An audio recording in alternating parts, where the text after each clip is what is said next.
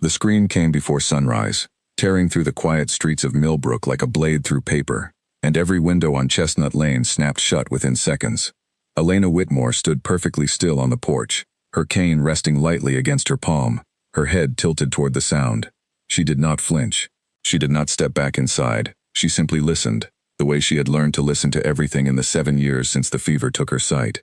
"That's just old Marcus again," her Aunt Grace whispered from behind the screen door, her voice trembling despite the warmth of the morning. "Come inside, dear. Please." "Why would I be afraid of a scream?" Elena asked, turning her face toward her aunt's voice. "Screams don't hurt anyone. Only hands do that." Grace pulled her inside anyway, locking the door as though a latch could stop a story that had already spread through every household in town. Elena let herself be led, but her mind stayed outside, turning the sound over and over, searching for whatever truth might be hiding beneath it. Millbrook was a small town, the kind where everyone knew everyone's business before it had even finished happening. And for 3 years now, the biggest piece of business had been the man who lived alone at the edge of Hollow Ridge, in a house surrounded by tall iron fencing and taller silence. They called him many things: the Beast of Hollow Ridge, the Burned Man, the Monster on the Hill. Children were warned that if they misbehaved, Marcus Kane would come down from his house and take them away. Shopkeepers spoke of him only in hushed tones, as though saying his name too loudly might summon him through their doors.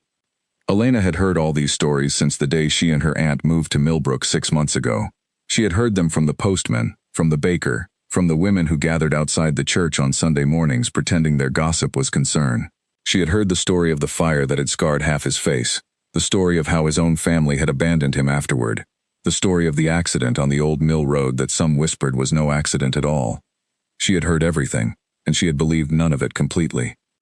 Because Elena Whitmore had learned, long before she lost her sight, that people were rarely as simple as the stories told about them. "You should stay away from that ridge," Grace said that evening, setting a cup of tea into Elena's waiting hands. "I mean it, Elena. Henry Doyle said just last week that Marcus Kane put a scare into old Mr. Ashford so badly, the man nearly fell into the creek trying to get away." "Did Mr. Ashford say what happened exactly?" Elena asked, sipping the tea slowly. "He said the man came out of nowhere, yelling, his face half in shadow, looking like something out of a nightmare. So no one actually knows what happened, only how it looked." Grace sighed, the sound heavy with the particular exhaustion of loving someone who refused to be easily frightened. "It doesn't matter how it happened, dear. It matters that everyone stays away from him. That's how Millbrook has managed for 3 years. Everyone leaves him be, and he leaves everyone be." Elena said nothing to that, but privately she found the arrangement strange. If a man was truly dangerous, why would an entire town simply agree to avoid him rather than address whatever danger he posed? Fear, she had come to understand, often grew fastest in the places where the truth was allowed to go unexamined. The following week, Elena's cane broke. It happened on the winding path that ran along the eastern edge of town, a path she had walked many times before, counting her steps and listening for the particular echo of the old stone bridge that marked the halfway point home. But that afternoon the cane caught in a hidden root, cracked with a sound like a dry branch snapping, and left her stranded with only half a length of wood in her hand, and the wide, uncertain world stretching out around her. She did not panic. Panicking rarely solved anything, in her experience. Instead, she stood still, listening carefully to the sounds around her, trying to place herself by the direction of the wind and the distant murmur of the creek. That was when she heard footsteps. Slow, deliberate, careful footsteps. The kind that belonged to someone trying very hard not to startle her. "You're on the ridge path," a voice said. It was low, rough at the edges, like a voice that had not been used in conversation for a long while, and had grown unaccustomed to the shape of words. "It splits here. One way goes back toward town, the other goes up toward my house." Elena turned toward the voice, her chin lifting slightly. She had expected many things from this encounter, given everything she had heard about the man who lived on Hollow Ridge, but she had not expected such careful gentleness in a stranger's tone. "My cane broke," she said simply. "I was trying to find my way back to the stone bridge."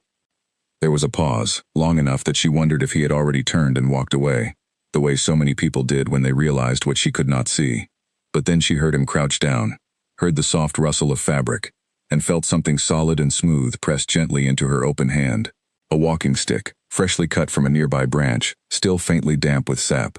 "It's not perfect," he said, "but it should hold your weight until you're home." "Thank you," Elena said, running her fingers along the stick to judge its shape and balance. "That's very kind." Another pause. She could hear him breathing, could hear something in the rhythm of it that suggested surprise, or perhaps confusion, as though gratitude was not the reaction he had expected to receive. "You're not afraid," he said finally. It was not quite a question. Should I be? Everyone else is. Elena considered this for a moment, turning her face slightly toward the sound of his voice, the way she often did when trying to read a person more clearly than her eyes ever could. There was something in his tone, beneath the roughness, that reminded her of the particular quality wounded animals often carried: wary, braced for pain, ready to strike first only because striking second so often proved fatal. "I've never seen your face," she said. "I don't know what you look like, and I never will. All I have to judge you by is your voice, and the way you're speaking to me right now. And so far, you've been nothing but careful and kind." He said nothing for a long moment. When he finally spoke again, his voice had changed slightly, grown quieter, almost uncertain. "Most people run before I even open my mouth." "Then perhaps," Elena said, "most people are judging you by something that has very little to do with who you actually are." She heard him shift his weight, heard the crunch of leaves beneath his boots, and sensed, though she could not have explained exactly how, that her words had landed somewhere unexpected in him, somewhere that had perhaps not been touched by kindness in a very long time. "The stone bridge is about 200 paces that way," he said eventually, his voice gruff again, though not unkindly so. "Follow the sound of the creek, and you'll find it easily enough." "Thank you," Elena said again, "for the stick, and for the directions." She turned to go, tapping the new stick carefully against the ground to test its sturdiness, but something made her pause before she had taken more than a few steps. "I don't know your name," she said, turning back toward where she believed he stood. There was a long silence. She wondered if she had asked something forbidden. "Marcus," he said finally, the name spoken almost like a confession. "Marcus Kane." Elena felt no fear at the sound of it, no matter how many times she had heard it whispered like a curse throughout Millbrook. She only nodded, as though he had told her something perfectly ordinary. "Thank you, Marcus," she said. "I'm Elena." She did not wait for a response before continuing on her way, following the sound of the creek exactly as he had described, the new walking stick steady and sure beneath her hand. But as she walked, she found herself turning his voice over in her mind, examining it the way she might examine a stone pulled from a riverbed, searching for the grain beneath the surface. Everyone in Millbrook spoke of Marcus Kane as though he were a storm to be avoided, a shadow that swallowed anyone foolish enough to wander too close. But the voice she had heard on that path had not sounded like a storm. It had sounded like someone who had been alone for so long that kindness had become a foreign language to him, one he was almost afraid to speak. When she reached the stone bridge, she paused, resting her hand against its familiar cool surface, and allowed herself a small, private smile. She did not yet know the truth of Marcus Kane. She could not know it, not fully, not from a single conversation on a forest path. But she knew, with a certainty that came from years of listening to the world in ways sighted people rarely bothered to, that the man everyone feared was not the same man who had knelt in the dirt to hand a stranger a freshly cut walking stick. And Elena Whitmore had never been the kind of woman who could walk away from an unanswered question. That night, as Grace fretted over dinner about a merchant's unpaid bill, Elena sat by the window, listening to the wind move through the trees toward Hollow Ridge, and wondered when she might have a reason to walk that path again. She did not have to wait long to find out. The reason came 3 days later, in the form of a basket of bread that Grace insisted needed delivering to old Henry Doyle at the general store, a task she claimed was simply too much for her tired knees that afternoon. Elena suspected the errand had more to do with her aunt wanting her out of the house while a certain visiting cousin dropped by unannounced, but she accepted the task without complaint, glad for an excuse to walk beyond Chestnut Lane. Henry Doyle's shop sat at the corner where the main road curved toward the church, and it was there, among the smell of fresh flour and old wood, that Elena first heard the full weight of the warnings meant for her. "You went up near Hollow Ridge," Henry said, not quite a question, as he took the basket from her hands. His voice carried the particular concern of someone who had known her only a short while but had already decided to look after her as though she were his own. "How did you know that?" Word travels fast in a town this small, especially when it involves that man. Henry's tone dropped lower, as though the very walls of his shop might carry news of their conversation up the hill. "Elena, I don't say this to frighten you, but you need to understand what you're dealing with. Marcus Kane wasn't always what he is now. What was he before?" Henry paused, and Elena heard the creak of the counter as he leaned against it, settling into the posture of a man about to tell a long story. "He used to run the finest carpentry shop this side of the county," Henry said. Fine work. Beautiful work. People came from 3 towns over just to have him build their furniture. He had a wife once too, and a young sister who lived with them after their parents passed. Margaret, her name was. Sweet girl. What happened? Fire, Henry said simply, though the word carried the weight of an entire tragedy folded inside it. Started in his workshop late one night. Some say it was an accident with the wood stove. Others say it was something else entirely, something involving a business rival who wanted his customers for himself. Either way, the fire took the whole workshop, took half his face, and took his sister's life. Elena stood very still, absorbing this, feeling the shape of the story settle into something far heavier than the vague rumors she had heard before. His wife left not long after, Henry continued. Couldn't bear looking at what the fire had done to him, they say, though I always thought there was more to that story than anyone ever told plainly. After that, he shut himself away up on the ridge, and folks around here learned to give him his distance. He's had incidents since then, shouting at anyone who wanders too close, chasing off hunters who trespass on his land. Old Ashford says he nearly got knocked into the creek trying to escape him last month. But no one has ever been hurt, Elena said. It was not quite a question. Henry hesitated. Not seriously, no. But that doesn't mean it's safe to go poking around up there, Elena. A man carrying that much pain inside him is unpredictable. And you of all people should be careful about wandering places you can't see clearly. Elena considered his words carefully, turning them over in her mind, the way she turned over every piece of information given to her, searching for what was fact and what was simply fear dressed up as fact. Thank you for telling me, Henry, she said finally. I appreciate you looking out for me. She left the shop with the story settled heavily in her chest, but it did not sit there the way Henry had likely intended.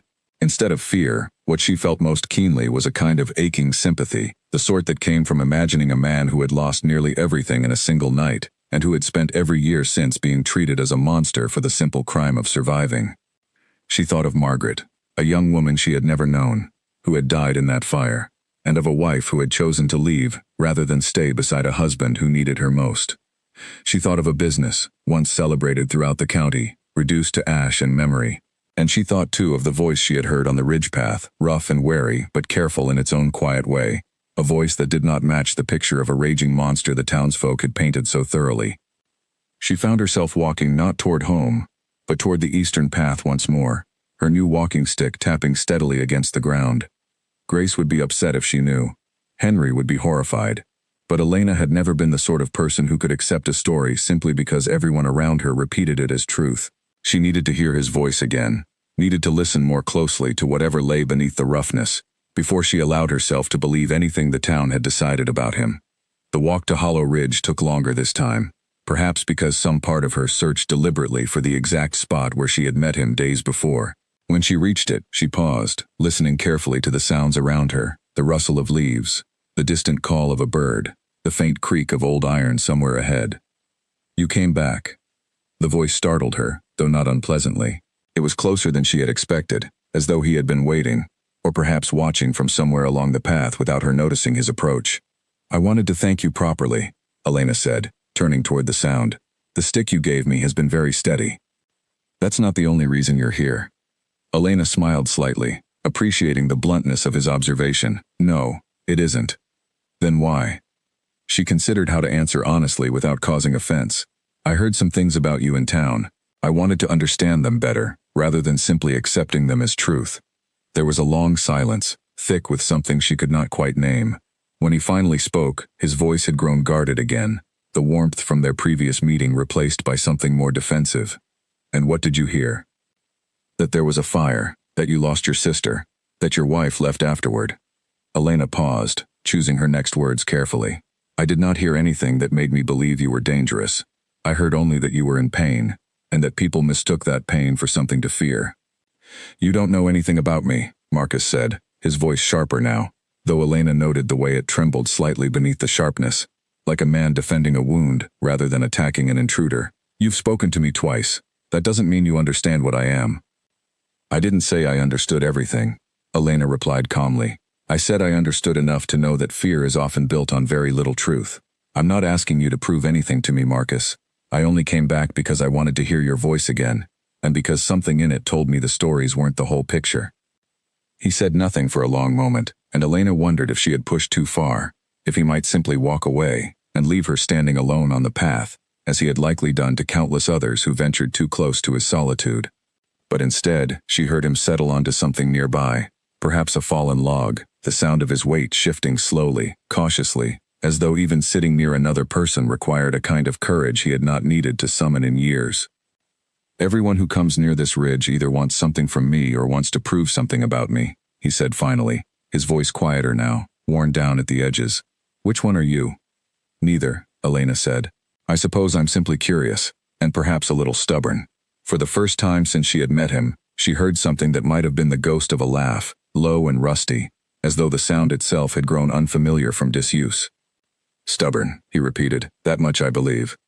They sat in a comfortable silence for a moment, the forest settling around them with its ordinary sounds, the creek murmuring somewhere below the path, birds calling from the branches overhead. Elena found herself unexpectedly at ease, more at ease, in fact, than she had felt in most of her conversations since arriving in Millbrook, where people so often spoke to her carefully, delicately, as though her blindness made her fragile in every other way as well. Marcus spoke to her without that particular caution.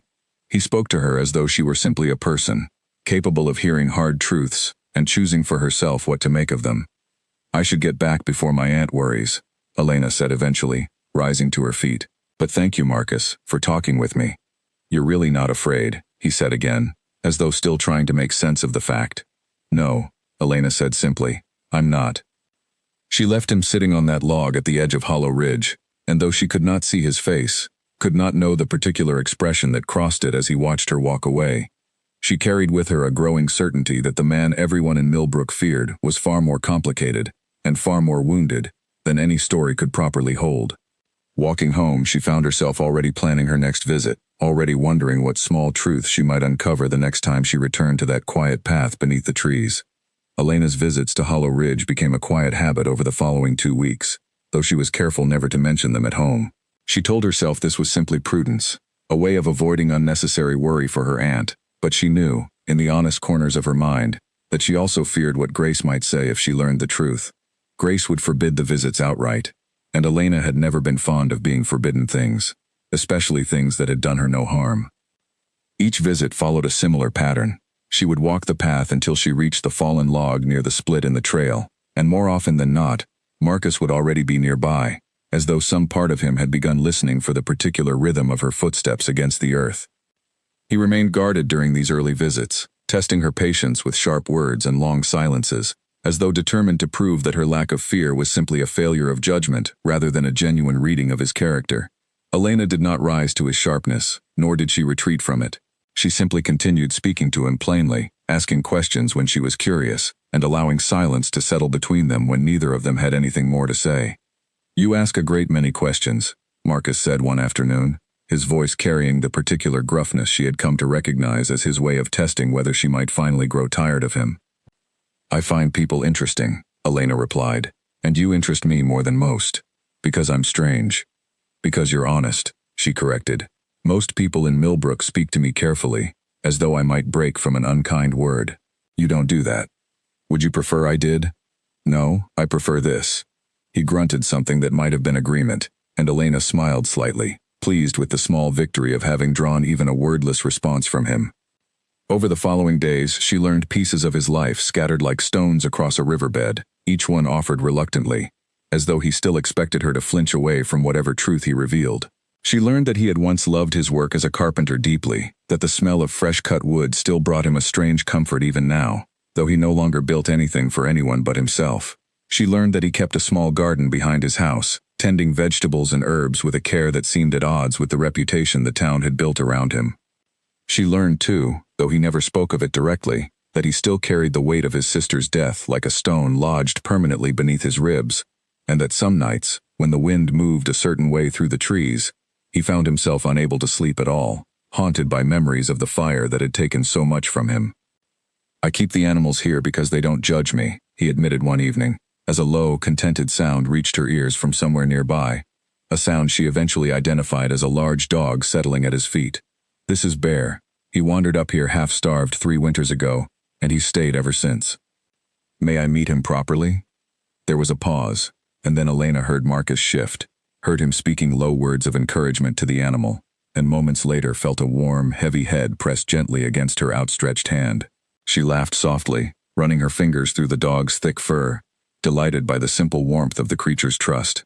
"He likes you," Marcus said, and Elena thought she heard something like surprise in his voice, as though he had not expected the animal's easy affection toward a stranger. "Animals are good judges of character," Elena said, "perhaps better than people." "Bear didn't run from me either," Marcus said quietly. "When he first came here, half-starved and hurt, he could have gone to any other house in Millbrook. Instead, he found me. Maybe he saw something in you that the rest of the town missed." Marcus said nothing to that, but Elena heard the particular quality of his silence, heavy and thoughtful, and she did not push further, allowing the moment to settle undisturbed between them. Not every visit passed so gently, however.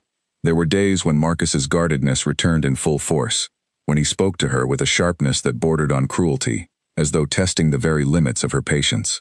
"You should stop coming here," he said one such afternoon, his voice hard, almost cold. "This isn't a story where the monster becomes gentle because a kind stranger wandered close enough to see it.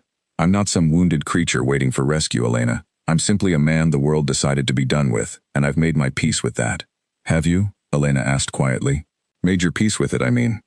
The silence that followed stretched long enough that she wondered if she had finally driven him too far, if this conversation might be their last. But eventually, his voice returned, quieter now, stripped of its earlier sharpness. "No," he admitted, "I haven't made peace with anything. I've simply learned to survive without it."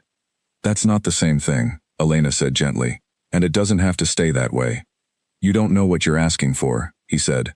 "People who get close to me end up hurt, one way or another. My wife couldn't bear to look at what I'd become. My sister died because of choices I made in that workshop. Whatever you think you see in me, Elena, it isn't worth the cost of being near it."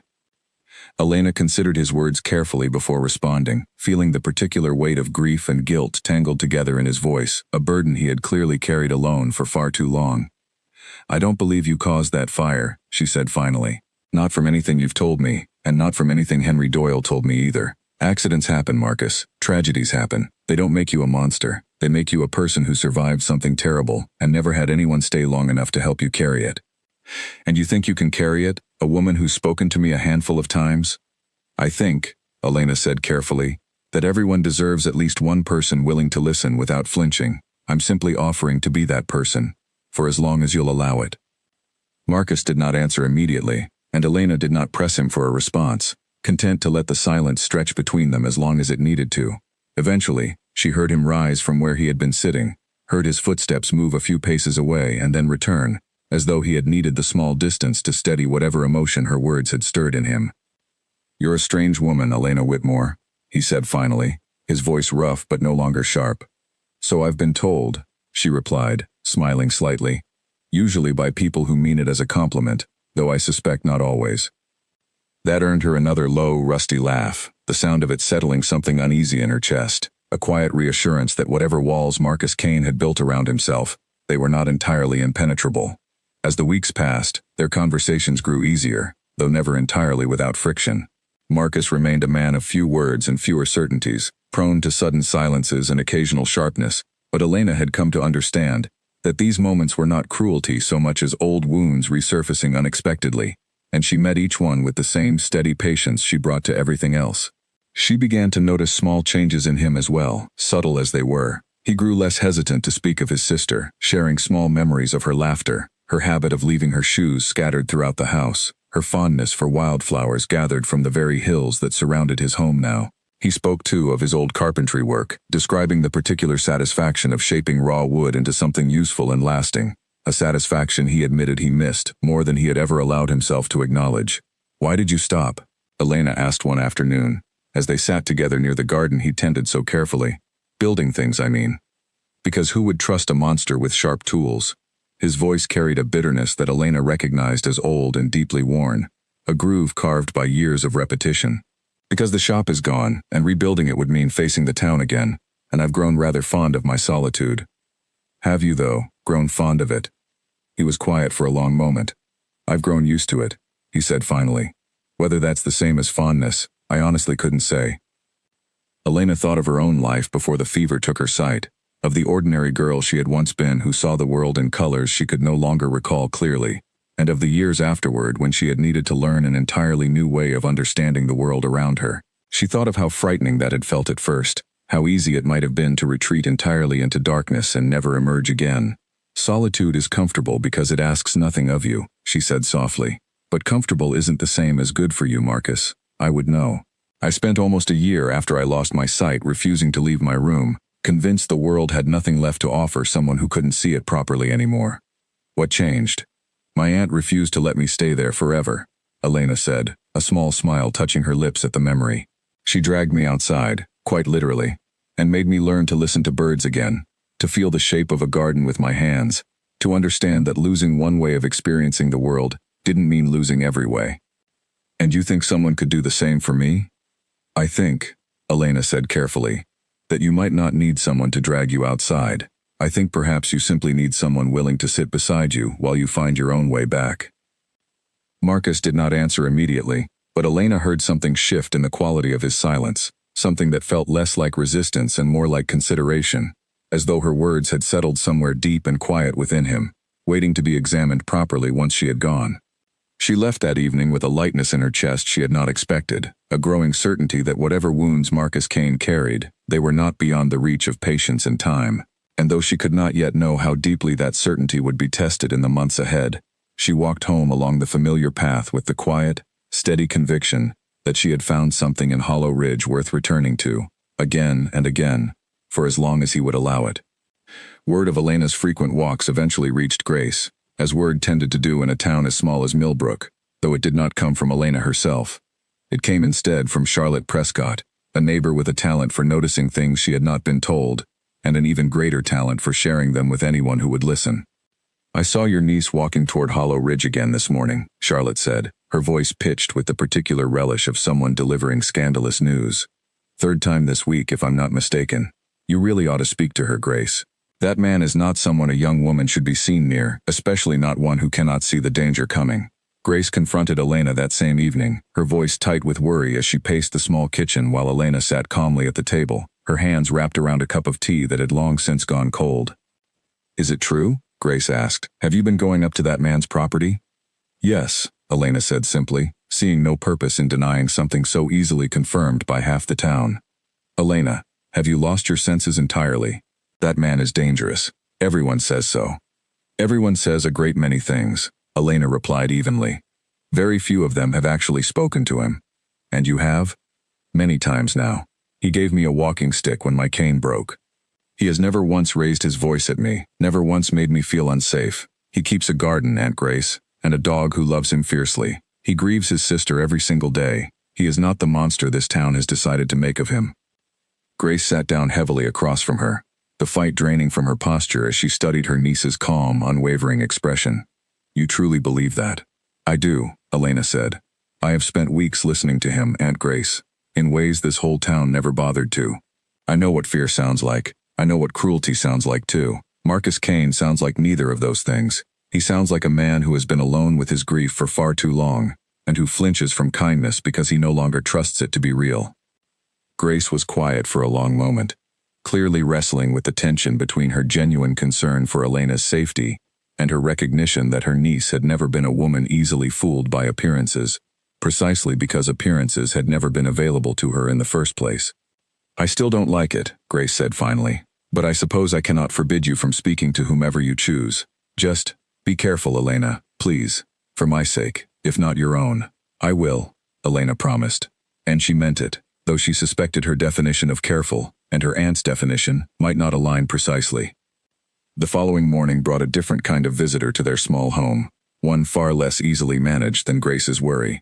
Edward Hale arrived shortly after breakfast, a well-dressed man whose polished boots and confident bearing suggested someone accustomed to being listened to without argument.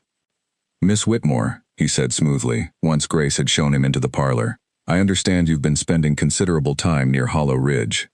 I have, Elena said, keeping her tone pleasant, despite the immediate wariness she felt toward this stranger's presence. May I ask what business that is of yours? I own the timber rights to much of the land surrounding that ridge, Edward explained, his voice carrying the smooth confidence of a man who rarely encountered resistance to his plans. I've had my eye on developing that area for quite some time, but Marcus Kane refuses to sell his portion of the land, despite my very generous offers. That sounds like a private matter between the two of you, Elena said carefully. I fail to see how it involves me. You've clearly gained his trust, in whatever unusual way you've managed it, Edward continued, his tone taking on an edge of persuasion Elena did not particularly care for. I would be willing to compensate you handsomely for any assistance in convincing him to reconsider my offer. Perhaps you could speak to him on my behalf, help him understand that selling would be in his best interest. Elena felt a cold clarity settle over her at these words, understanding immediately the nature of what Edward Hale was truly asking of her. I don't believe it would be in his best interest, she said firmly, and even if it were, I would not use whatever trust I've built with him for anyone's financial gain, least of all yours. Edward's tone shifted subtly, the smoothness giving way to something harder beneath the surface. I would think carefully before refusing me, Miss Whitmore. I have considerable influence in this town, and considerable patience for obtaining what I want.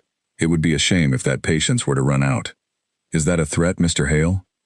It's simply an observation, Edward said, his voice returning to its polished smoothness as quickly as it had slipped. Good day, Miss Whitmore. I do hope you'll reconsider. He left without further ceremony, and Elena sat in the parlor for a long while afterward, turning over the unsettling weight of his words. She had not previously considered that Marcus's reluctance to leave his solitude might be connected to something beyond his own grief, that there might be outside forces with their own reasons for wanting him gone from Hollow Ridge entirely. She resolved to tell him about the visit at the earliest opportunity, and found her chance the following afternoon, when she made her way once again along the familiar path toward the ridge. Marcus listened in silence as she recounted the conversation, and when she finished, his silence stretched long enough that she grew concerned. He's tried this before, Marcus said finally, his voice tight with old frustration. Different approaches each time, but always the same goal. He wants my land for the timber, and he's grown increasingly impatient that I refuse to sell it to him. Has he threatened you directly? Not in words he could ever be held accountable for, Marcus said, but there have been incidents, fences cut in the night, traps left along paths where Bear likes to run. Nothing I could ever prove came from him, but nothing that felt coincidental either. Elena felt a chill settle through her at this revelation, understanding suddenly that the danger surrounding Hollow Ridge might not come from Marcus at all, but from someone else entirely, someone using the town's existing fear of him as convenient cover for their own schemes. You should be careful, Marcus continued, his voice taking on a protective edge Elena had not heard from him before. If he's approached you directly, it means he's grown desperate enough to involve people close to me. That's not something I take lightly. I'm not afraid of him, Elena said, though she recognized even as she said it that perhaps some caution was warranted, given the clear threat lurking beneath Edward Hale's polished manners. I know you're not, Marcus said, but I am. Not for myself, but for you, if you continue coming here while he grows more desperate for what he wants. Are you asking me to stop visiting? The question hung in the air between them, heavier than either of them had perhaps intended. Elena waited, genuinely uncertain how he might answer, aware that his response would reveal something significant about how far their relationship had grown beyond wary curiosity, into something neither of them had yet named directly. No, Marcus said finally, his voice quiet but certain. I'm asking you to be careful. There's a difference, Elena, though I understand if you don't see it that way. Elena smiled slightly at his choice of words, appreciating the small, unintentional acknowledgement of her blindness woven naturally into his sentence, without the careful hesitation most people brought to such references. I see it exactly the way you mean it, she said. And I promise to be careful, but I have no intention of staying away. They sat together in comfortable silence after that, the weight of Edward Hale's threat settling between them like an unwelcome guest. Neither of them wished to acknowledge directly, though both understood clearly that it would need to be addressed before long.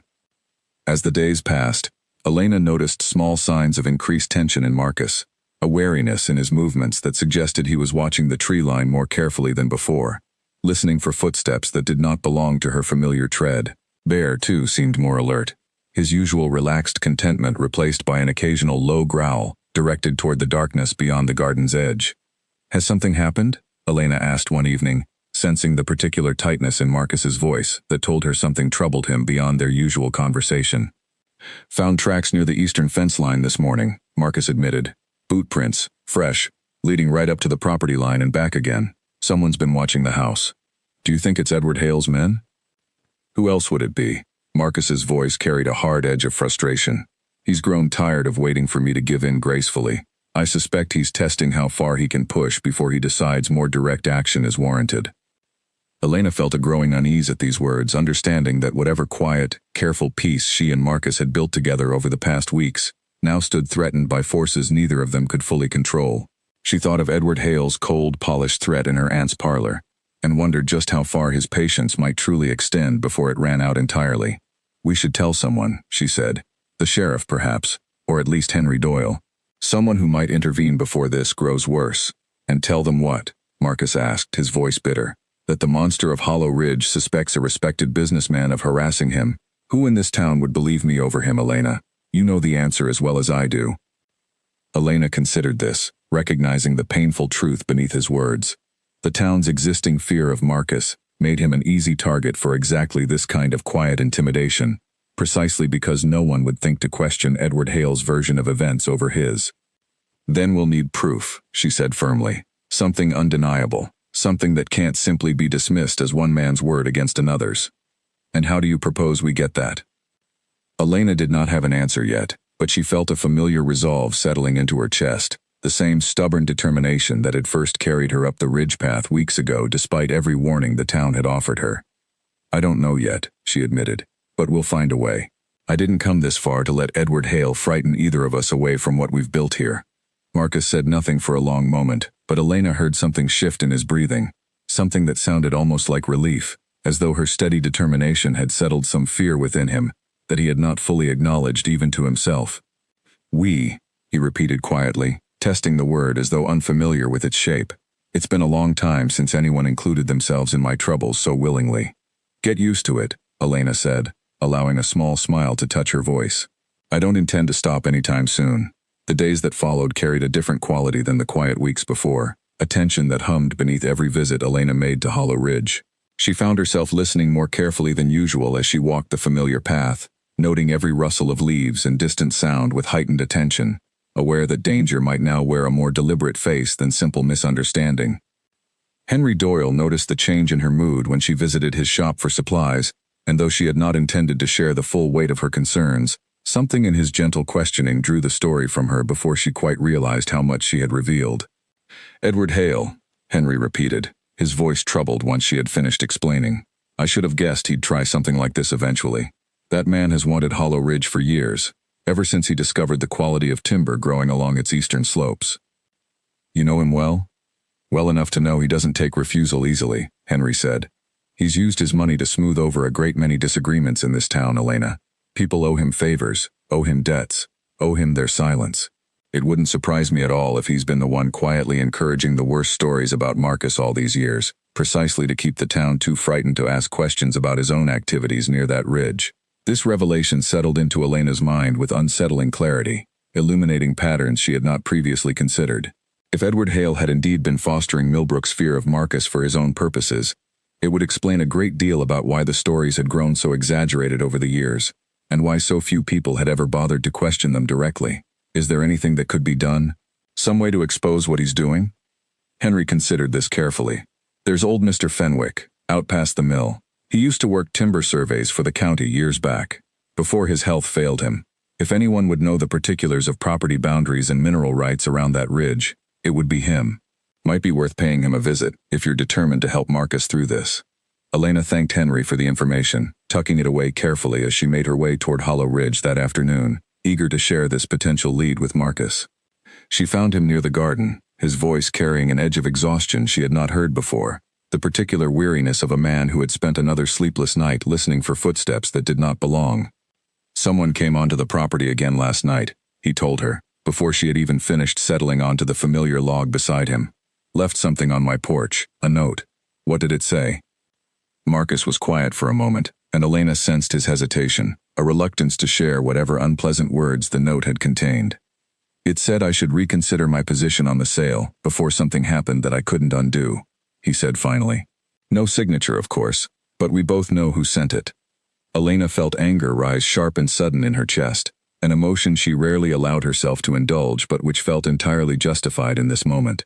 "That's an outright threat, Marcus. We need to act on this immediately." She told him then about Henry's suggestion regarding old Mr. Fenwick, and though Marcus seemed skeptical at first, uncertain whether any evidence could truly overcome the town's existing prejudice against him, he eventually agreed that the possibility was worth pursuing. I'll go with you, he said, surprising her with the offer. If we're doing this, I won't have you walking into potentially dangerous territory without me there. You would come into town? With me? For this, yes, Marcus said, his voice carrying a note of grim determination. I've hidden away from Millbrook long enough. If Edward Hale thinks he can threaten what little peace I've built, he'll find I'm not so easily frightened as everyone assumes. They set out early the following morning, and Elena felt a curious mixture of nervousness and pride as they walked together along the main road toward the mill, aware of the stares and whispers that followed their passage through town. She could not see the reactions on the faces of the townsfolk they passed, but she could hear the sudden hush that fell over conversations, the shuffling footsteps of people stepping quickly out of their path, the low murmurs that followed in their wake. Marcus said nothing throughout the walk, his posture rigid beside her, and Elena reached out instinctively to rest her hand lightly against his arm, offering what small comfort she could against the weight of the town's collective judgment. Let them stare, she said quietly. Their opinions have never determined the truth of who you are, and they won't start now. Mr. Fenwick received them warmly enough once they explained their purpose, his aged eyes studying Marcus with more curiosity than fear, a welcome change from the reactions they had encountered throughout the rest of town. Hollow Ridge, Fenwick mused, once he understood their request. I remember surveying that land. Oh, must be 15 years back now. There's a rich vein of quality timber running through the eastern slope, exactly the kind of wood that fetches premium prices for fine furniture and construction. I always suspected someone would come sniffing around that land eventually, once word got out about its value. Would you have any old records from that survey? Elena asked. Anything that might prove Edward Hale has been aware of the land's value for some time, perhaps aware enough to have taken improper measures to acquire it. Fenwick disappeared into a back room for a considerable while, returning eventually with a stack of yellowed papers that he spread carefully across his table. Among them he found correspondence dated several years back, letters between himself and a young, ambitious Edward Hale, inquiring specifically about timber values and property boundaries surrounding Hollow Ridge. This doesn't prove any wrongdoing directly, Fenwick admitted, studying the old papers with a frown. But it does establish that Edward Hale has known about that timber's value for a very long time, long before his supposed generous offers to purchase your land began, Mr. Kane. That timing alone might raise some uncomfortable questions if brought before the right people. Marcus studied the papers carefully, though Elena knew he could see them clearly enough without her assistance for once, and she felt him grow thoughtful beside her. This is something, he said finally. Not enough on its own perhaps, but a start. We'll need more, Elena said. Something connecting him directly to the notes, the cut fences, the traps you mentioned. Something undeniable. I might know someone who could help with that as well, Fenwick offered. There's a young man, Daniel Whitcomb, works occasionally for Hale, doing odd jobs around his properties. I've heard rumors he's grown uneasy about some of the tasks he's been asked to perform lately. Might be worth speaking with him directly, if you can convince him to talk. Elena thanked Fenwick warmly for his help, and they left with considerably more hope than they had arrived with, though the path ahead remained uncertain. Finding Daniel Whitcomb, and convincing him to speak against his employer, would require careful handling, particularly given the clear risk such testimony might pose to his own livelihood. As they walked back toward Hollow Ridge, Marcus remained quiet, lost in thought, until finally he spoke the words that had clearly been weighing on him throughout their errands. You didn't have to do any of this, he said. You could have simply stayed away once you learned what kind of trouble surrounded me. Most people would have. I'm not most people, Elena said simply. And this trouble isn't yours alone to carry anymore, Marcus. Not since I decided to become part of it.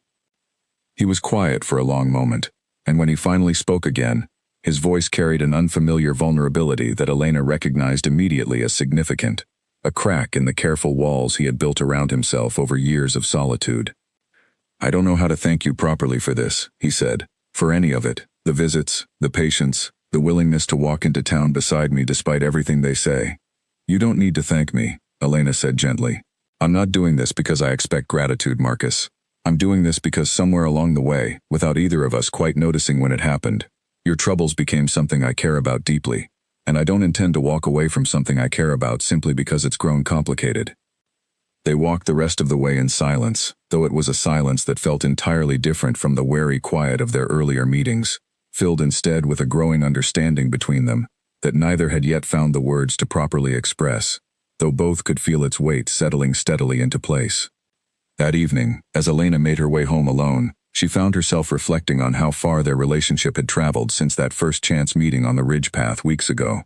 What had begun as simple curiosity had grown into something far deeper, something she was only beginning to understand the true shape of, even as the dangers surrounding them both continued to build toward whatever confrontation still lay ahead.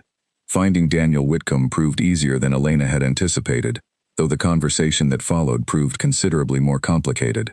Henry Doyle, once informed of their need, mentioned that Daniel often stopped by the general store on his way home from work, and Elena arranged to be there the following evening, waiting with a patience that had become second nature to her over the years.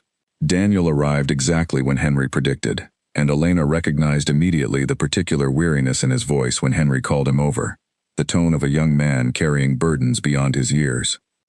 "Mr. Doyle mentioned you might have some concerns about your work for Edward Hale," Elena said carefully, once introductions had been made. "I understand if you're hesitant to discuss it, but I promise you, this conversation could matter a great deal, both for Marcus Kane and perhaps for your own conscience as well."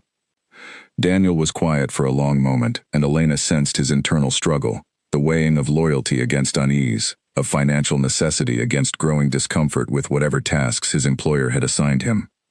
"I need this job," he said finally, his voice low. "My mother's been ill, and the medicine costs more than we can easily manage. Mr. Hale pays well, better than most work around here." "I understand that concern," Elena said gently. "I'm not asking you to sacrifice your livelihood, Daniel.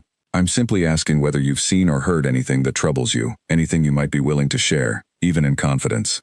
Another long silence followed, and Elena waited patiently, allowing him the space to arrive at his own decision, rather than pressing him toward one. "There've been things," Daniel admitted eventually, his voice barely above a whisper. "Tasks Mr. Hale's given me, and a few others. Cutting fence lines late at night, leaving certain items near Kane's property, things meant to look threatening. I didn't ask too many questions at first, told myself it wasn't my business what Mr. Hale wanted done with his own land disputes. But something changed your mind?" "The traps," Daniel said, his voice tightening with clear discomfort. "Last week, Mr. Hale had me set traps along a path near Kane's property. One's meant to catch something considerably larger than rabbits. When I asked what they were for, he told me it was simply to discourage trespassers. But those traps could seriously hurt someone, Miss Whitmore, maybe even a person, if they weren't careful where they stepped." Elena felt a cold chill settle through her at this revelation, understanding now the full weight of danger that had been quietly building around Marcus without either of them fully realizing its extent. "Would you be willing to speak about this to someone with proper authority?" she asked carefully. "The sheriff, perhaps, or whoever handles such disputes officially in Millbrook." Daniel hesitated visibly, clearly torn between the growing weight of his conscience and his very real fear of losing employment that supported his ailing mother.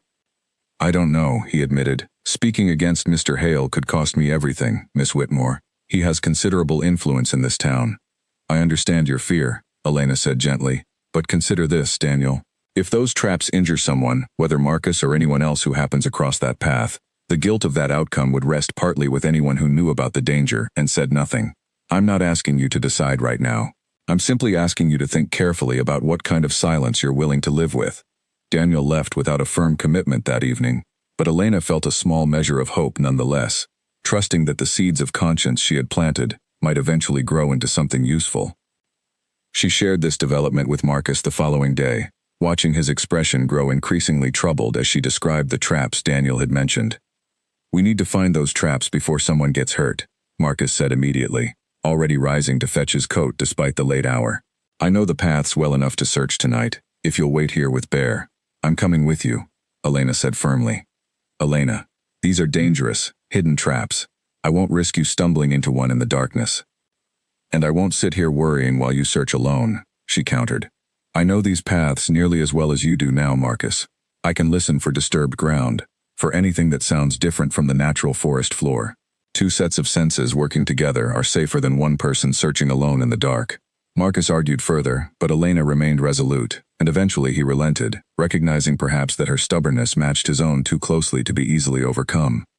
They searched together for nearly 2 hours, moving carefully along the paths Daniel had mentioned, Marcus scanning the ground visually, while Elena listened intently for any sound that suggested disturbed earth or hidden mechanisms.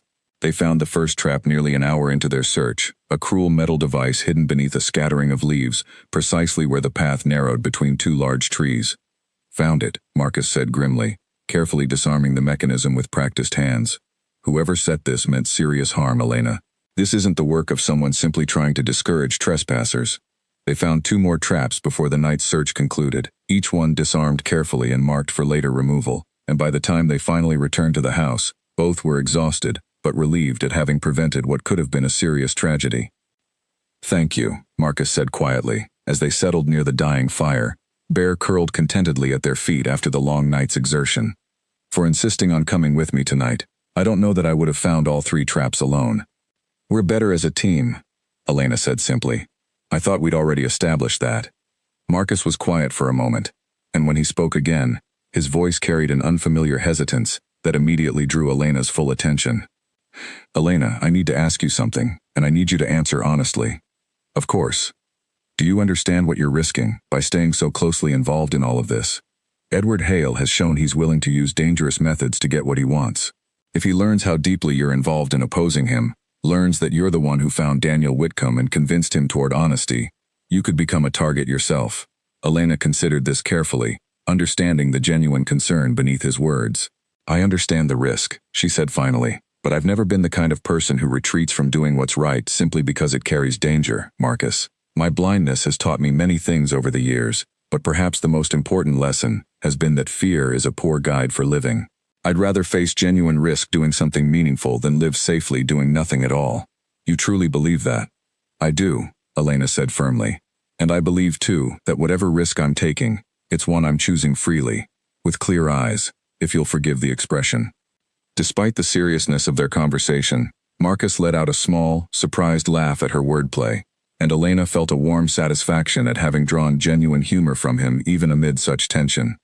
"You're remarkable, you know," he said, his voice quieter now, carrying something that sounded almost like wonder. "I've spent 3 years believing myself entirely beyond the reach of genuine connection, convinced the fire had taken more from me than simply my appearance, and then you walked onto my path one afternoon, entirely unafraid, and everything I believed about myself began to feel less certain." Elena felt her heart quicken slightly at these words, recognizing the vulnerability it had taken for him to share such an admission openly. "I don't see you as broken, Marcus," she said softly. "I never have. I see someone who survived something terrible and has spent far too long punishing himself for simply having survived it." The silence that followed felt different from any that had passed between them before, charged with something neither had yet dared to name directly, though both understood clearly that whatever had grown between them over these past weeks had become far more significant than simple friendship. "I should get you home," Marcus said eventually, his voice rough with an emotion Elena couldn't quite identify. "Your aunt will be worried." "Yes," Elena agreed softly. "She probably will." Neither of them moved immediately, however, both seemingly reluctant to break whatever fragile important moment had settled between them beside the dying fire. Eventually Marcus rose and offered his arm, and Elena took it gladly, allowing him to guide her carefully through the darkness back toward the familiar path home, both of them keenly aware that something significant had shifted between them that night, something neither danger nor doubt would easily unmake. The crisis, when it finally arrived, came without the warning either of them had expected, arriving instead with the sudden violence of a summer storm breaking over quiet hills. It began with smoke. Elena smelled it before she understood what it meant. A sharp, acrid scent carried on the evening wind as she made her way toward Hollow Ridge for what had become her daily visit. She quickened her pace instinctively, her walking stick tapping urgently against the path, her heart beginning to race with a fear she rarely allowed herself to indulge. By the time she reached the clearing near Marcus's garden, the smell had grown unmistakable, thick and choking, and she heard shouting ahead, voices raised in urgent alarm. "Marcus!" she called out, fear sharpening her voice as she hurried forward, guided by sound alone toward whatever chaos had erupted ahead. "Elena, stay back!" His voice reached her through the smoke, strained with effort and unmistakable panic.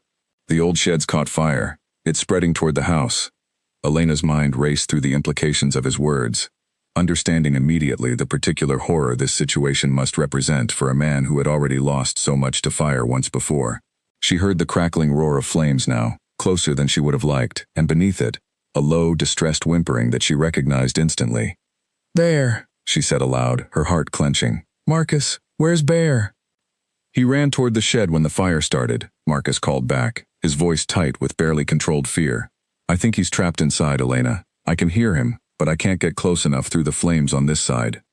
Elena did not hesitate. Fire held no visual terror for her the way it might for someone who could see the flames licking hungrily toward the wooden structure, and in this moment, that particular absence of sight became an unexpected advantage.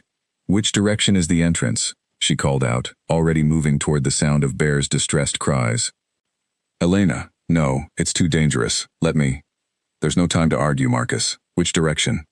She heard him hesitate only a moment longer before calling out directions, his voice guiding her carefully around the worst of the smoke, while he worked desperately from another angle to combat the spreading flames.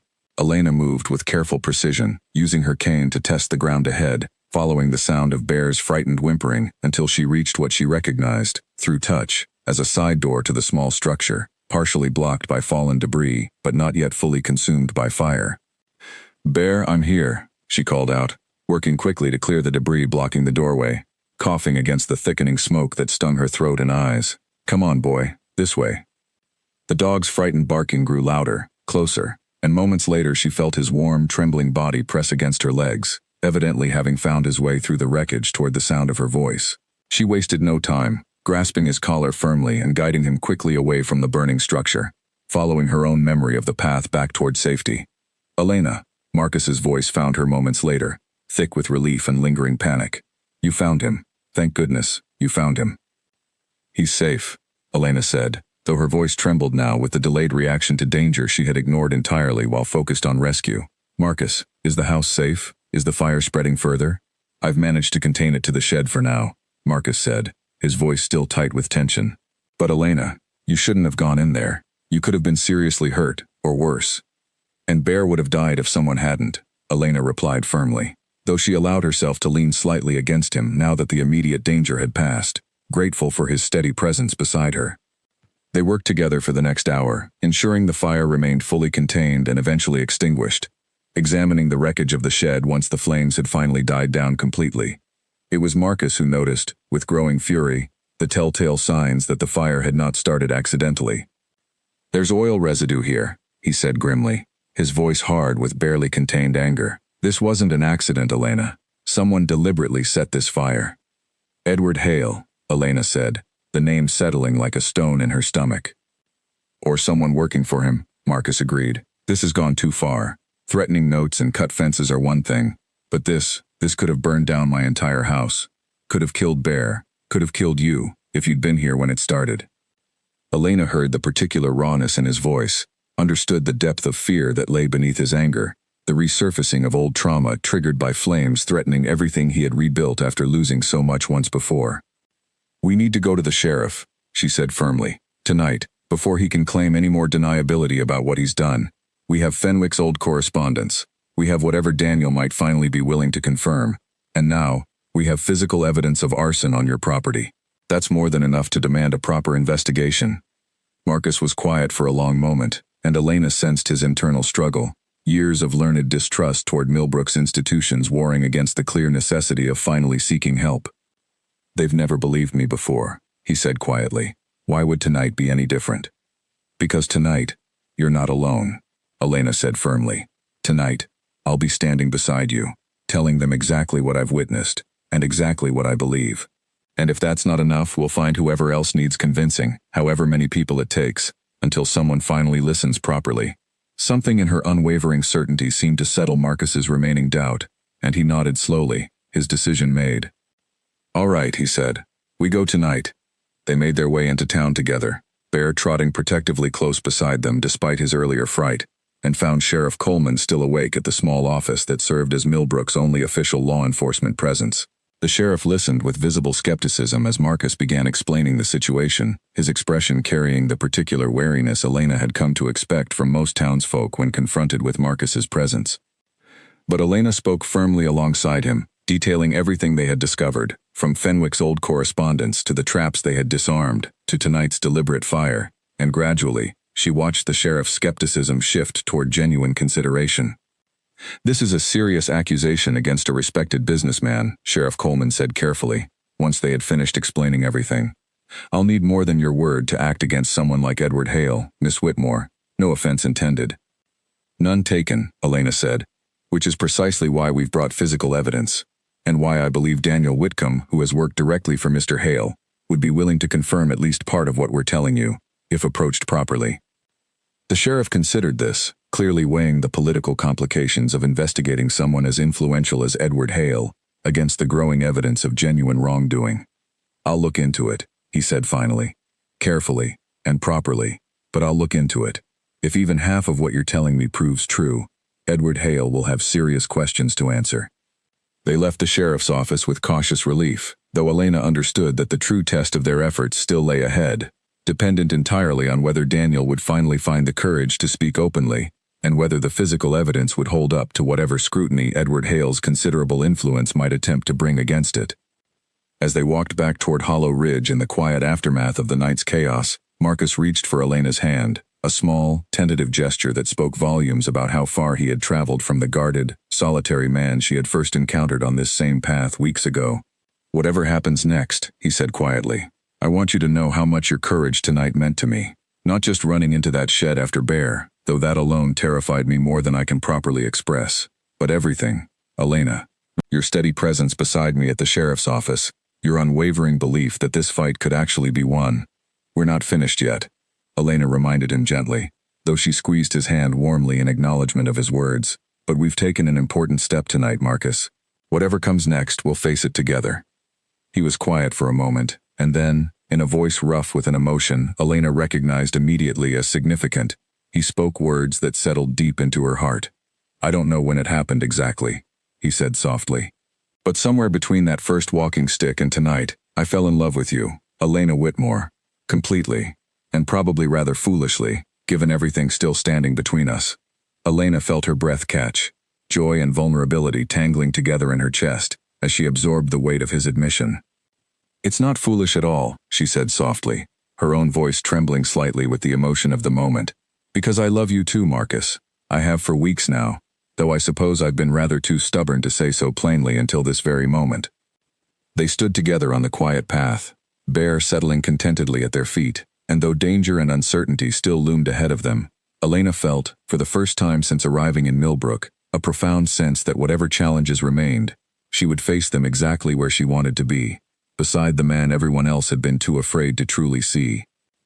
News of their declared affection spread through Millbrook with the same speed that had once carried tales of Marcus's supposed monstrousness, though this time, the reaction proved considerably more complicated than simple fear. Grace received the news with a mixture of concern and resignation, having long suspected the depth of Elena's feelings even before her niece found the words to confirm them directly. "I still worry for your safety," Grace admitted, sitting close beside Elena in their small kitchen. "But I've watched you these past weeks, Elena, and I've never seen you speak of anyone with such certainty and warmth. If this man makes you happy, truly happy, then I suppose I owe it to you to trust your judgment, even if the rest of this town cannot yet see what you see in him." Not everyone in Millbrook proved so understanding, however. Charlotte Prescott took it upon herself to spread increasingly dramatic warnings throughout town, insisting that Elena had fallen victim to some kind of manipulation, that no respectable woman would willingly choose a life beside someone so widely feared. "She's blind, poor thing," Charlotte was overheard saying to a small gathering outside the church one Sunday morning. "She can't see what the rest of us can see plainly enough. That man's scars aren't just on his face, mark my words. There's something twisted in a person who lives so completely alone, and it's a shame no one's warned that poor girl properly before she got herself so entangled." Word of these comments eventually reached Elena, carried reluctantly by Henry Doyle, who clearly wished he did not have to be the one delivering such unkind gossip. "I'm sorry you have to hear such things," Henry said, his voice heavy with genuine sympathy. "Charlotte means well enough, in her own misguided way, but she's never been one to hold her tongue when she believes she's protecting someone." "I appreciate your concern, Henry," Elena said, keeping her voice steady despite the sting of Charlotte's words. "But I would ask you to correct her misunderstanding, if the opportunity arises. My blindness has never once prevented me from seeing Marcus clearly. If anything, it has allowed me to see him more clearly than anyone else in this town, precisely because I've never been distracted by scars that mean nothing about the quality of a person's heart." Henry nodded, clearly moved by her words, though Elena suspected Charlotte's opinion would remain largely unmoved, regardless of how the truth was presented to her. The greater challenge, however, came not from Charlotte's gossip but from her own brother, Daniel Whitmore, who arrived unexpectedly from the neighboring county upon hearing troubling rumors about his sister's involvement with Millbrook's most feared resident. Daniel's confrontation with Elena proved considerably more difficult than any conversation she had yet faced regarding her relationship with Marcus. "I came the moment I heard," Daniel said, his voice tight with barely controlled anger and worry. "Elena, do you understand what people are saying about this man? Do you understand the danger you're potentially placing yourself in?" "I understand the rumors perfectly well," Elena replied calmly. "I've heard every single one of them, Daniel, and I've weighed them carefully against my own direct experience with Marcus over these past weeks. The rumors do not match the man I've come to know. And if you're wrong, Elena, you cannot see him. You cannot watch his expressions, cannot notice if something in his manner suggests danger that his words might conceal." Elena felt a familiar flash of frustration at this argument, one she had encountered countless times throughout her life whenever someone assumed her blindness left her somehow less capable of judging character properly. "I have spent my entire life learning to read people through means other than sight, Daniel," she said firmly. "I hear the hesitation in someone's voice when they're lying. I notice the particular quality of silence that follows genuine remorse versus false apology. I have learned, through necessity, to understand people more thoroughly than most sighted individuals ever bother to, precisely because I cannot rely on surface appearances to form my judgments. That's not the same as truly knowing someone, Elena." "Isn't it?" Elena challenged. "Or is it perhaps a different, equally valid way of knowing someone, one that this entire town has been too quick to dismiss, simply because it doesn't match their comfortable assumptions about how understanding should properly work?" Daniel fell silent at this, clearly unprepared for the strength of her conviction, and Elena pressed her advantage gently, hoping to help her brother understand what she had come to know so certainly herself. "Come with me," she said finally. "Meet him yourself, Daniel, before you decide his character based entirely on second-hand fear. If, after speaking with him directly, you still believe I'm making a mistake, I promise to listen seriously to your concerns. But please, give him the chance that this entire town has refused to give him for 3 long years." Daniel agreed reluctantly, and the following afternoon, Elena guided her brother along the familiar path toward Hollow Ridge, her heart beating with a nervous hope that this meeting might finally begin shifting perceptions beyond Charlotte Prescott's poisonous gossip. Marcus greeted Daniel with careful, guarded politeness, clearly aware of the significant weight this particular meeting carried for Elena's future happiness. Their initial conversation proved stilted and cautious, Daniel's questions carrying an edge of suspicion that Marcus met with patient, measured responses, rather than the defensive sharpness he might once have offered a stranger's scrutiny. It was Bear, in the end, who did more to ease the tension than either man's careful words, trotting over to press his warm head affectionately against Daniel's hand, clearly comfortable enough with this new visitor to offer his easy, uncomplicated trust. "He likes you," Marcus observed, a small note of genuine warmth entering his voice for the first time since Daniel's arrival. "Bear doesn't extend that kind of easy trust to just anyone." Daniel studied the dog thoughtfully, absently scratching behind Bear's ears while he considered this observation. Elena mentioned that before, about the dog being a good judge of character. "She's usually right about such things," Marcus said. Rather remarkably so, actually. They talked for nearly 2 hours that afternoon, and though Daniel's suspicion did not vanish entirely, Elena sensed a genuine shift occurring as her brother listened to Marcus speak honestly about his grief, his solitude, his careful efforts to rebuild some semblance of purpose despite everything the fire had taken from him. "I still worry," Daniel admitted to Elena privately, as they walked back toward town later that evening. "But I understand now, at least partly, why you see something worthwhile in him. He's not what the rumors suggested, that much I can plainly tell." "Thank you for giving him the chance," Elena said warmly. "That means more to me than you probably realize." "Just promise me you'll be careful," Daniel said. "Whatever's happening with this Edward Hale situation, Elena, it sounds genuinely dangerous. I don't want to lose my sister to someone's greed and cruelty." "I promise," Elena said, meaning it fully, though she suspected the coming days would test that promise more severely than either of them yet understood. Indeed, the sheriff's investigation into Edward Hale proceeded with frustrating slowness over the following week, hampered by the businessman's considerable influence throughout Millbrook and his careful efforts to distance himself from any direct evidence of wrongdoing. Daniel Whitcomb, the young worker who had first revealed troubling details about the traps and cut fences, grew increasingly nervous as word spread that an investigation was underway, fearful of the retaliation Edward Hale might bring against him if his testimony became widely known. "He's threatened to ruin my family if I speak against him publicly," Daniel Whitcomb confessed to Elena during a tense meeting arranged discreetly through Henry Doyle. He's grown suspicious that someone close to him has been sharing information, and he's made it clear what will happen if he discovers who. Elena felt the familiar cold weight of concern settle through her at these words, understanding that Edward Hale's desperation was clearly growing more dangerous by the day, his careful, polished manner giving way increasingly to something harder and more threatening beneath the surface. "We need to move quickly," she told Marcus that same evening, sharing Daniel Whitcomb's troubling update. "If Edward Hale feels cornered, there's no telling what he might attempt next." Marcus's expression, though Elena could not see it, carried in his voice the particular grim determination she had come to recognize as significant. "Then we'll need to force his hand before he can force ours," he said. "I have an idea, Elena, though it carries considerable risk. I think it's time we confronted Edward Hale directly, on our own terms, rather than continuing to wait for the sheriff's slow investigation to run its cautious course." Elena considered this proposal carefully, understanding the danger it might invite, but recognizing, too, the growing urgency of their situation. "What did you have in mind?" Marcus explained his plan quietly, and though Elena felt a genuine flutter of fear at the risk involved, she found herself nodding in firm agreement, understanding that sometimes, confronting danger directly proved wiser than continuing to wait anxiously for it to arrive on someone else's terms. "Then let's do it," she said firmly, "together, exactly as we've faced everything else these past weeks." Marcus reached for her hand, his grip warm and steady despite the uncertainty ahead. "Together," he agreed quietly, "always. From here forward, Elena, whatever comes." The plan Marcus proposed was simple in concept, though considerably more daunting in execution. Rather than waiting for Edward Hale to grow bolder in his methods of intimidation, they would arrange a public confrontation, one witnessed by enough respected townsfolk that his usual smooth denials would find no comfortable purchase.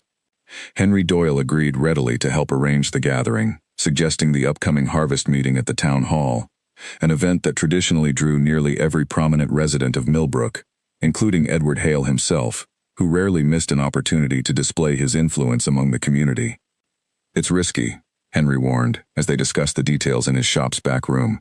"Confronting a man like Edward Hale publicly, without absolute proof, could backfire terribly if he manages to turn the room against you instead." "We'll have proof enough," Marcus said firmly.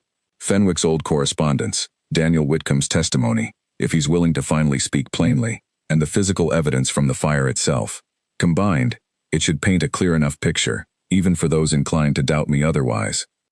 Elena spent the following days preparing carefully alongside Marcus, reviewing every piece of evidence they had gathered, anticipating every argument Edward Hale might attempt in his defense, and steeling herself for whatever confrontation the harvest meeting might ultimately bring.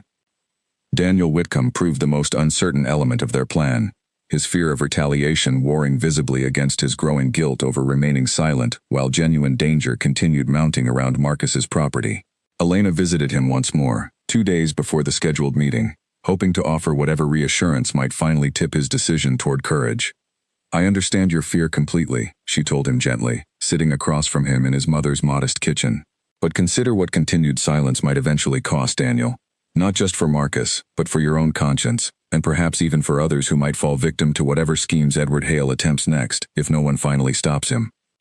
Daniel was quiet for a long moment, his hands twisting anxiously in his lap. "If I speak against him, and he retaliates against my family, against my mother's care, I don't know how I'll manage that burden." "I cannot promise you there's no risk," Elena said honestly. "But I can promise you this. Whatever happens, you won't face the aftermath alone. Marcus and I suspect Henry Doyle as well, will stand by you. We'll help however we're able. If Edward Hale attempts any retaliation, you don't have to carry this burden by yourself any longer." Daniel's resolve seemed to strengthen slightly at these words, and though he made no immediate promise, Elena left that meeting with cautious hope that he might yet find the courage needed when the moment finally arrived. The evening of the harvest meeting arrived with a tension that seemed to hum through the very air of Millbrook, as though the entire town sensed that something significant was about to unfold within the walls of its modest town hall. Elena walked beside Marcus as they approached the building together, both dressed carefully for the occasion, both keenly aware of the weight this evening carried for their future. "Are you ready for this?" Marcus asked quietly, his hand finding hers as they paused just outside the hall's entrance. "As ready as I'll ever be," Elena said, squeezing his hand firmly. "Whatever happens tonight, Marcus, know that I'm proud to stand beside you, regardless of how this town chooses to react." They entered together, and Elena felt the immediate hush that fell over the crowded hall. the sudden shift in conversation that always accompanied Marcus's rare appearances in town. She held her head high despite the weight of countless stares she could sense but not see, refusing to let the town's collective judgment shake her confidence in this moment. Edward Hale spotted them almost immediately, his polished composure flickering only slightly before settling back into its usual smooth confidence. "Mr. Kane, Miss Whitmore," he greeted them with careful politeness that did not quite mask the wariness beneath it. "An unexpected pleasure to see you both here this evening. We have something important to share with the town," Marcus said, his voice carrying clearly across the hushed hall. "Something that concerns everyone here, given how directly it touches on matters of safety and honest dealing within our community." A murmur rippled through the gathered crowd, and Elena felt the weight of dozens of curious eyes shift toward them, as Marcus began methodically laying out the evidence they had gathered. He spoke of the threatening notes, the cut fences, the dangerous traps discovered along the paths near his property, and finally, the deliberate fire that had nearly destroyed his home and endangered both Elena and his beloved dog. Edward Hale's composure cracked slightly with each new piece of evidence Marcus presented, his smooth denials growing increasingly strained as Fenwick's old correspondence was produced, clearly establishing his long-standing knowledge of the timber's considerable value. "This is outrageous," Edward said, his voice rising with barely controlled anger.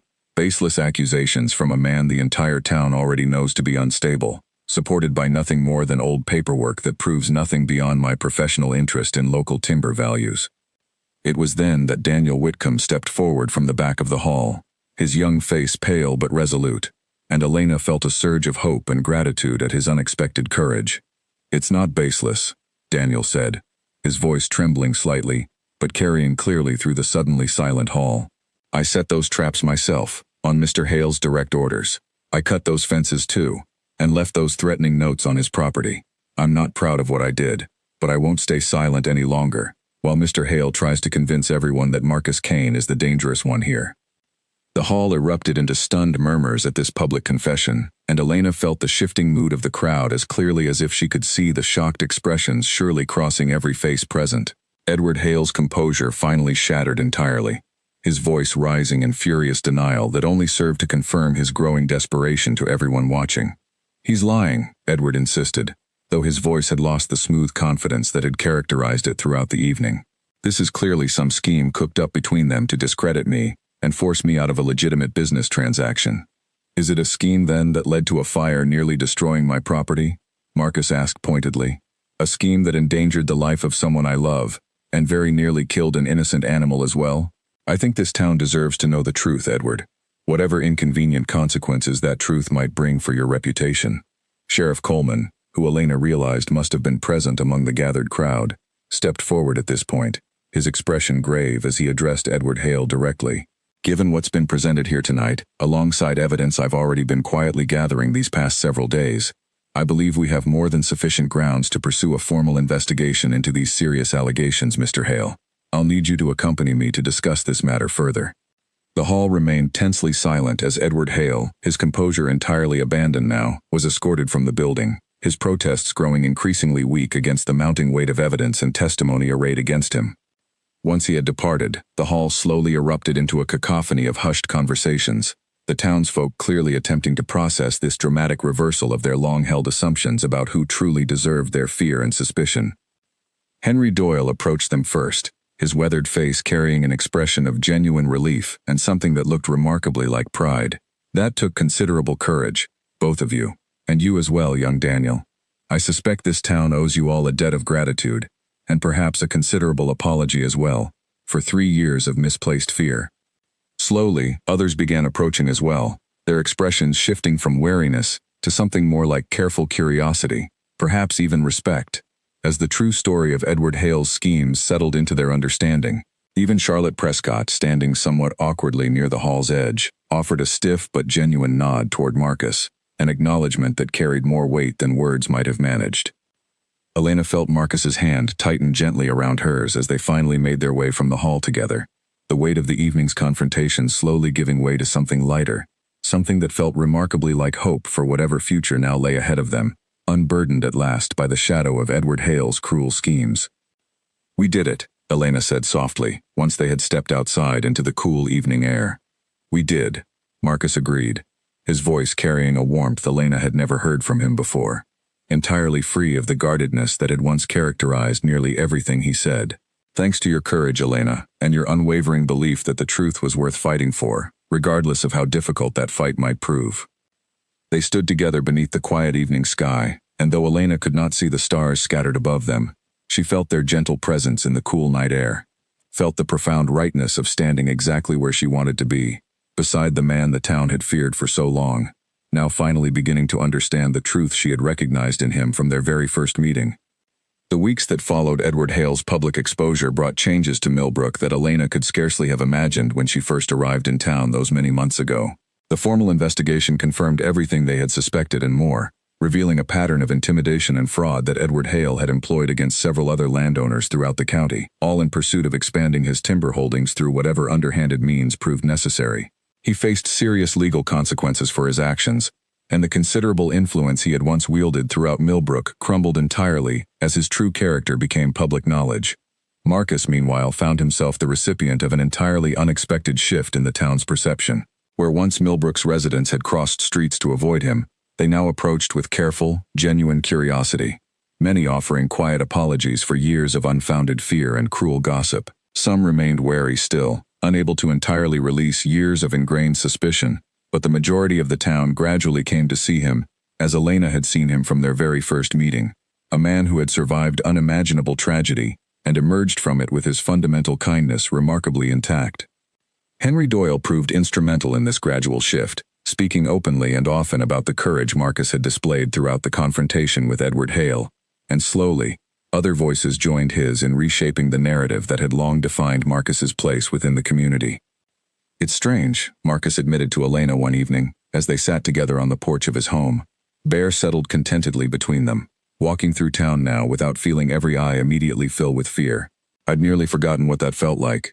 You deserve every bit of this changed perception, Elena said warmly. You always did, Marcus. It simply took the truth finally coming to light for others to see what I recognized in you from the very beginning. Their relationship, too, had deepened considerably throughout these eventful weeks, growing into something neither of them had fully anticipated when Elena first wandered onto his path with a broken cane and an unshakable lack of fear. Marcus had slowly begun rebuilding his old carpentry workshop, the physical labor of construction seeming to offer him a renewed sense of purpose that had been dormant for years beneath his grief and isolation.